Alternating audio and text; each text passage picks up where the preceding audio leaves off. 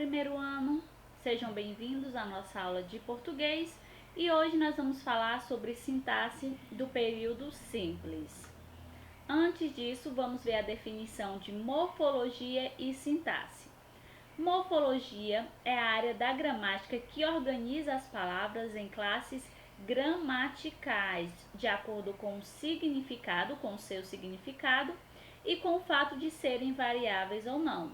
São exemplos de variáveis substantivo, artigo, adjetivo, numeral, pronome e verbos, e são exemplos de invariáveis advérbio, preposição, conjunção e interjeição. Já a sintaxe é a área da gramática que analisa a função das palavras na composição dos enunciados. São exemplos o sujeito, o predicado e o complemento verbal.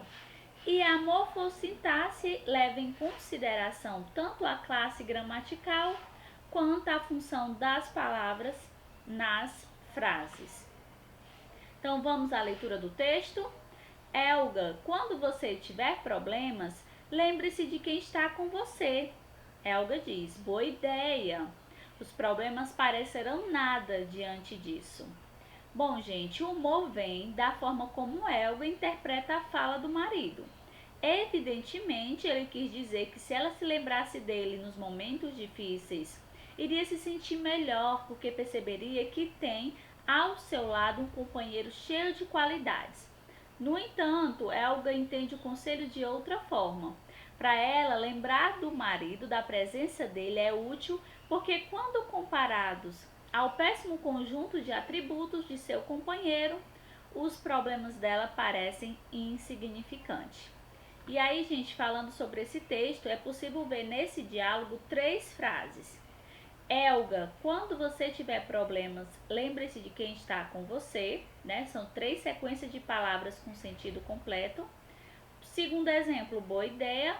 E terceiro exemplo, os problemas parecerão nada diante disso. Então, gente, percebam que as frases podem ser construídas de diferentes maneiras. Algumas, por exemplo, podem ser construídas sem verbo, é o que a gente chama de frase nominal. A frase nominal é um enunciado que estabelece uma comunicação de sentido completo sem o verbo.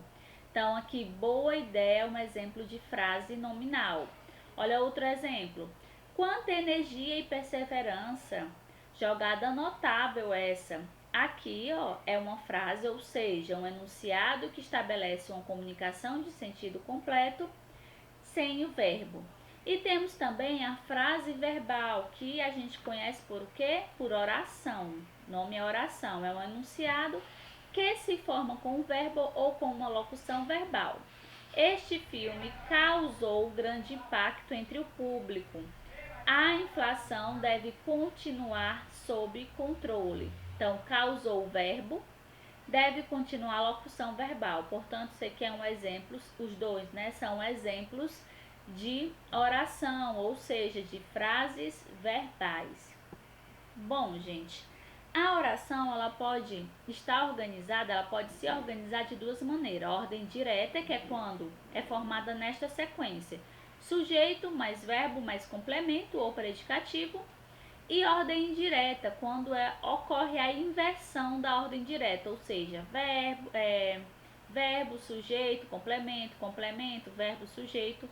Ou seja, se o sujeito não estiver no começo, a ordem da oração é indireta. É muito importante saber dessas definições para a gente dar continuidade à aula. E o período é uma frase formada por uma ou mais orações. Vai ser simples quando tiver somente uma única oração, o clima se alterou muito nos últimos anos, ou composto quando for formado por mais de uma oração. O governo prometeu, primeira oração, que seriam criados novos empregos, segunda oração.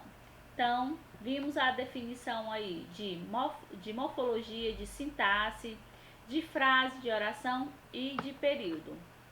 Então, vamos agora aos termos da oração. Bom, a oração ela é dividida em termos essenciais, termos integrantes e termos acessórios. Os termos essenciais são o sujeito e o predicado. Os termos integrantes são os complementos verbais, o que é o objeto direto e o objeto indireto, o complemento nominal e o agente da passiva. E os termos acessórios são a adjunta adnominal, a adjunta adverbial e o aposto. No livro de vocês também vai trazer como termo acessório o vocativo.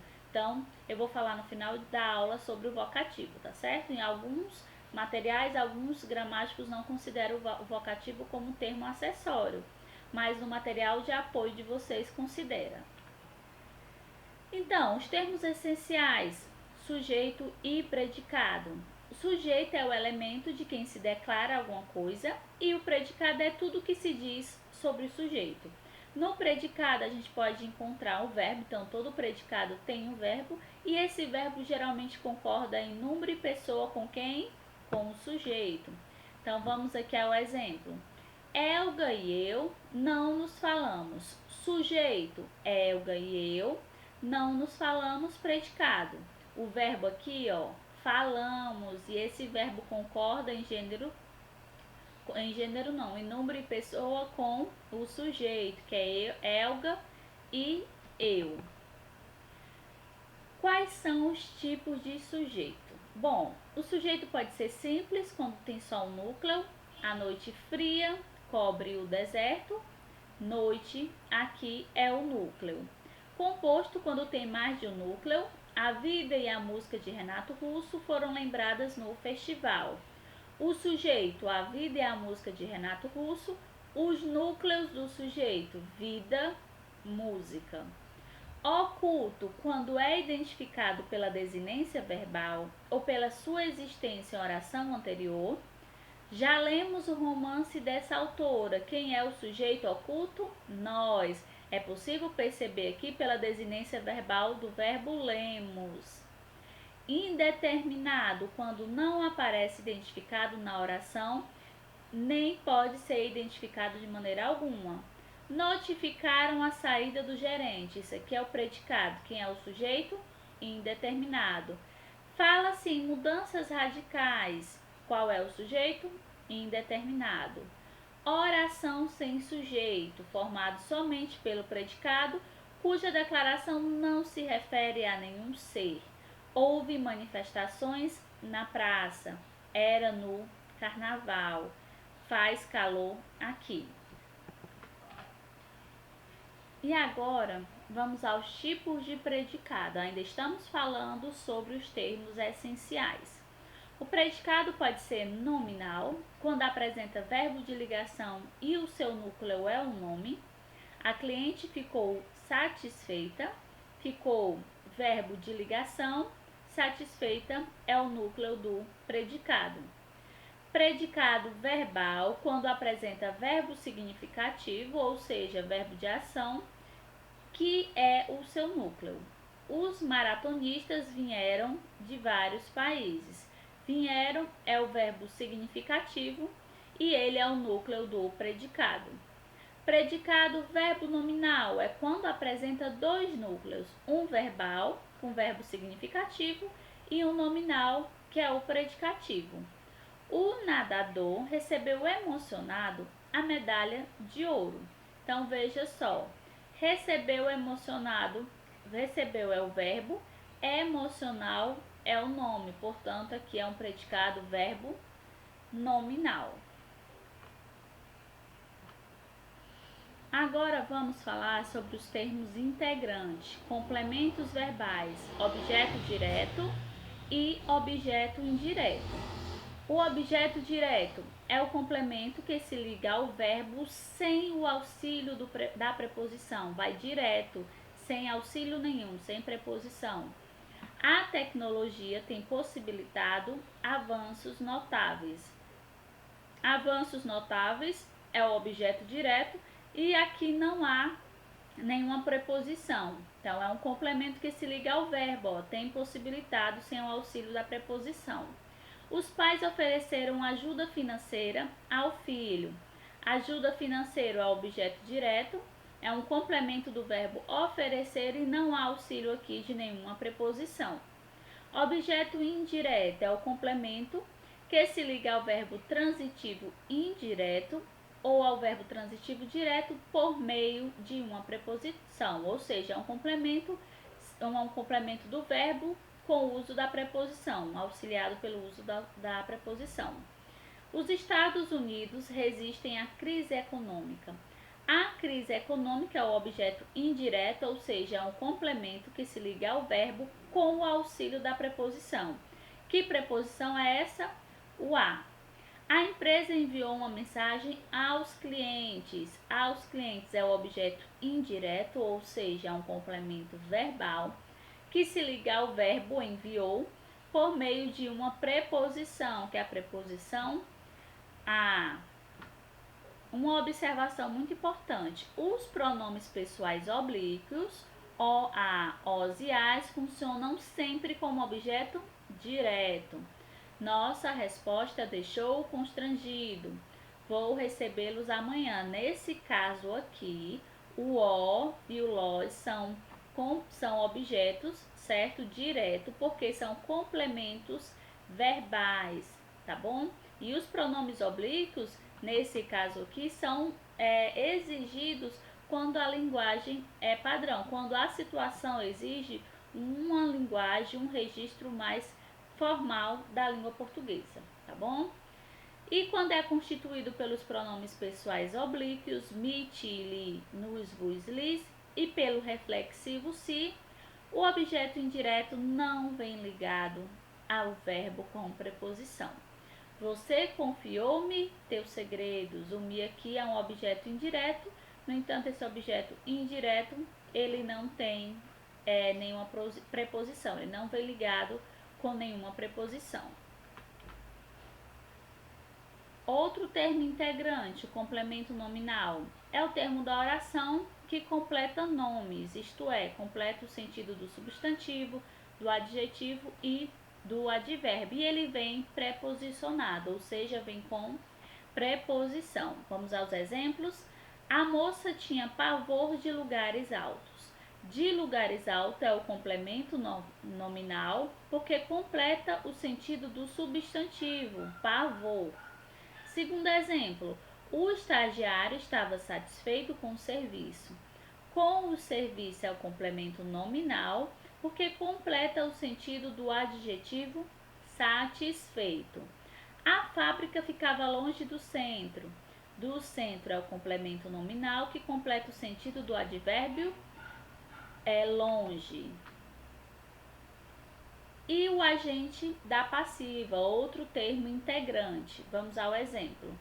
Eu sou considerado atraente pelas outras aranhas. Smack. Pelo menos eu era.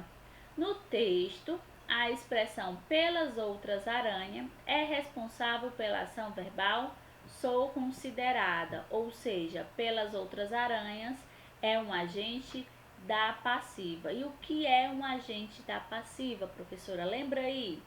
É o termo da oração que exprime quem pratica a ação verbal quando o verbo está na voz passiva. Então vejam só outro exemplo.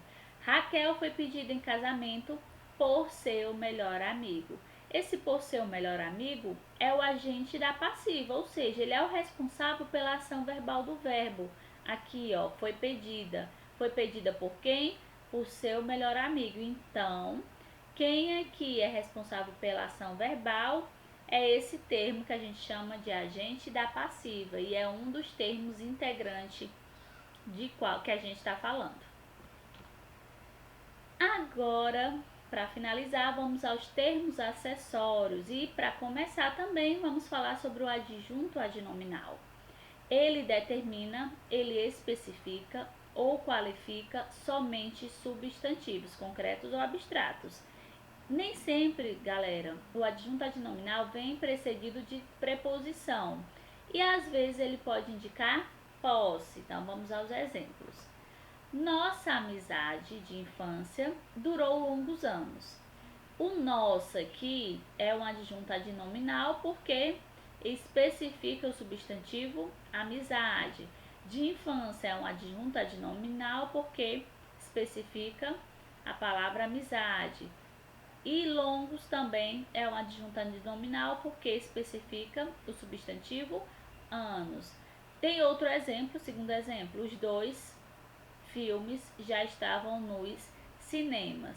Os dois adjunto adnominal de filme, os e dois, e o nos adjunto adnominal de cinemas. Uma observação: todos os artigos, quando você for fazer uma análise sintática, são adjuntos adnominal, tá bom?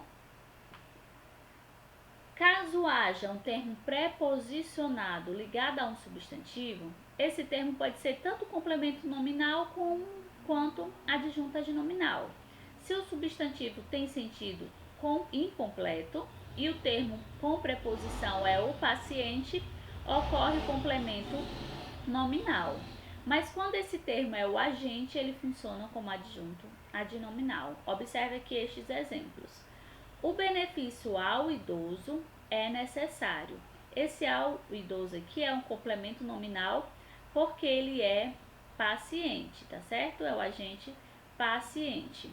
E do idoso, que é o segundo exemplo, o benefício do idoso é necessário. O do idoso é um adjunto adnominal porque nesse caso aqui ele já é agente, aqui substantivo benefício. Outro termo acessório, o adjunto adverbial. Eu te ouvi, não precisa gritar comigo. Eu não gritei, eu me expressei de maneira veemente. Então, voltando a falar sobre os seus gritos, bom, ao analisar a tira, você notou que a expressão veemente liga-se à forma verbal me, expressei, modificando seu sentido e ajudando a construir o eufemismo usado pela personagem. Segundo Lucy, ela não gritou, e sim se expressou de maneira veemente. A expressão de maneira veemente é um adjunto adverbial de quê? De modo. E sobre o adjunto adverbial, ele aqui indica uma relação de circunstância ou de intensidade. Ele se liga aos verbos, aos adjetivos e até mesmo ao próprio advérbio, indicando-lhe uma relação de circunstância. Que relação é essa? Pode ser relação de tempo, lugar, modo, negação, enfim.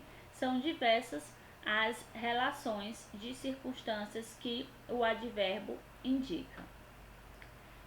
O advérbio e a locução adverbial são sintaticamente adjuntos adverbiais. Então, assim, todo advérbio morfologicamente é um adjunto adverbial sintaticamente, ok? Então, resumindo, adjunto adverbial é um termo que se relaciona a um verbo, a um adjetivo, a um advérbio, exprimindo circunstâncias ou intensidade. Vamos então a outro termo acessório, aposto. Lembrando que tudo isso aqui já foi visto durante a vida escolar de vocês, tá certo? Lá no fundamental. Vocês estão revendo, claro, que com algumas informações a mais, tá bom? Então, se você tem ainda alguma dúvida sobre esses conteúdos separadamente, é bom dar uma revisada. Então, vamos lá falar sobre o aposto. Há termos que são empregados para explicar outro termo. A gente chama esses termos de quê? De aposto. Olha aqui o exemplo. Aquele é o grande H, o terrível. Esse, o terrível, é uma expressão, é um aposto que explica outro termo, H. Segundo exemplo, Dom Casmurro, obra-prima de Machado de Assis, apresenta uma análise do comportamento humano. Obra-prima de Machado de Assis é aposto e explica outro termo, o termo Dom Casmurro. Terceiro exemplo, Michael Jackson, famoso cantor americano, morreu aos 50 anos. Famoso cantor americano, aposto. Esse aposto aqui explica outro termo, Michael Jackson. Uma observação sobre o aposto. Ele pode vir separado do termo, aqui se relaciona por vírgulas, dois pontos, travessão ou até mesmo parênteses. Então, veja aqui os exemplos. Voltou à casa da praia, seu refúgio predileto. Nesse caso aqui, o aposto ele foi separado com vírgula. Às vezes não existe pausa entre o aposto e o nome que ele especifica ou individualiza. Olha aqui um exemplo. A rua do ouvidor guarda reminiscências do Rio de Janeiro. Do ouvidor é um aposto, pois ele explica aqui um termo que está no texto, que está na frase, que é rua. O rio Amazonas deságua no rio Atlântico. Amazônia aposto, Atlântico aposto. E para finalizar nossa aula de hoje, vamos falar sobre o vocativo. O vocativo é o termo da oração que serve para invocar ou chamar um interlocutor, ou seja, aquela pessoa com que estamos nos comunicando. Não faz parte nem do sujeito, nem do predicado, mas a gente chama aí o material de apoio de vocês, por exemplo, traz o vocativo como termo acessório. Vamos aqui voltar ao exemplo. Amada, não penses, escutemos a chuva que o inverno chegou. Amada é um exemplo de vocativo.